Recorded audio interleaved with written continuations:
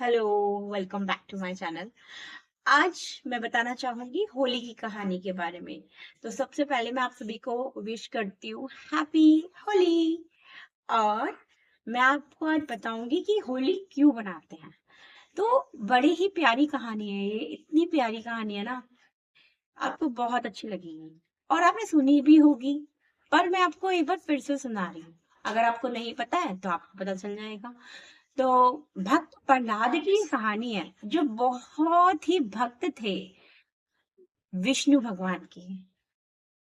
और हर समय वो विष्णु भगवान का ही नाम जपकरण करते रहते थे। ओम विष्णुवाय नमः, ओम विष्णु नमः। हमेशा हमेशा ही वो बस विष्णु भगवान का जाप करते रहते थे। प्रहलाद, तो प्रहलाद जो था वो अपने पिता से प्यार तो करता था, ऐसा नहीं था, लेकिन उनका जो पिता था ना, वो बहुत ज्यादा घमंड करते थे अपने ऊपर। उनके पिता अपने ऊपर अहंकारी थे और अपने ऊपर बहुत घमंड करते थे कि वो ये पूछते थे कि सब तुम्हारे को किसने दिया है। तो भक्त प्रहलाद बोलता मुझे सब विष्णु भगवान ने दिया है। हर कण में विष्णु है, हर कण में भगवान है, तो ये उन्हीं का ही है। तो वो कहते हैं कि मैं तेरा भगवान हूँ। तो वो कैसे तेरे भगवान हो गए? मैं हूँ, बता कहाँ पे भगवान है? कहते मुझे तो कहीं दिखाई नहीं देता भगवान, विष्णु तेरा कहीं नहीं दिखाई देता। कहते हर कण में, हर मिट्टी में, हर दीवार में विष्णु भगवान है। तो कहते कौन तुझे खिलाता है, कौन पिलाता है? हाँ, तो कहते मेरे को सब विष्णु भगवान ने दिया है, मैं तो उन्हीं का ही भेजा हुआ हूँ, उन्हीं का ही बच्चा हूँ। ऐसा नहीं कि उन्हें पापा का रिस्पेक्ट नहीं करते थे, लेकिन भक्ति होती है ना, भक्ति में मगन हो जाना। तो बस वो भक्ति में मगन था प्रहलाद। तो इसी बात पे गुस्सा होके ना, उनके पिता ने बहुत बार ना उस पर अत्याचार करवाए, उसे मारने की कोशिश की, अपने ही पुत्र को। कभी नदी से फेंकने की कोशिश की तो स्वयं विष्णु भगवान प्रकट हो जाते और उसे उठा लेते और वो बच जाता। कितनी बार मारने की कोशिश की, हर बार असफल होते। स्वयं विष्णु भगवान प्रकट होते और अपने हाथों से प्रहलाद को बचा लेते। अगर आपने स्टोरी देखी तो बड़ी इंटरेस्टिंग स्टोरी है देखने में। और एक बार क्या हुआ, अब जब वो हर बार यही बोलता था प्रहलाद की मैं तो विष्णु भगवान ने ही सब कुछ दिया है मुझे, जन्म भी उन्होंने दिया, मैं मेरे तो कण कण में मुझे भगवान ही दिखते हैं, विष्णु भगवान ही दिखते हैं, हर जगह मुझे विष्णु भगवान ही दिखते हैं। तो उसने एक प्लान बनाया, उसके पिताजी ने प्रहलाद के, कि होलिका, उनकी सिस्टर थी होलिका, तो होलिका को वरदान था कि वो कभी जल नहीं सकती है।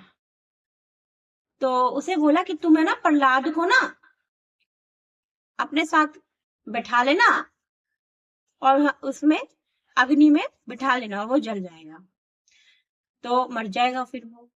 अब क्या हुआ कि उसमें वो बैठ गया, उसको प्रहलाद को लेके होलिका बैठ जाती है अग्नि में। पर ये क्या हुआ कि अग्नि में तो उसको कुछ भी नहीं हुआ, वो तो हमेशा ही ओम विष्णु नमः, ओम विष्णु नमः। तो प्रहलाद को तो कुछ भी नहीं हुआ, उसको तो एक खरोच भी नहीं आई। और देखते देखते होलिका को तो वरदान था, वो तो मर गई, वो जल गई, भस्म हो गई। अब वो क्या, ये ऐसा क्या हुआ कि वो मर गई जबकि उसको तो वरदान प्राप्त था? वो इसलिए क्योंकि उसने अपनी विद्या को गलत इस्तेमाल किया।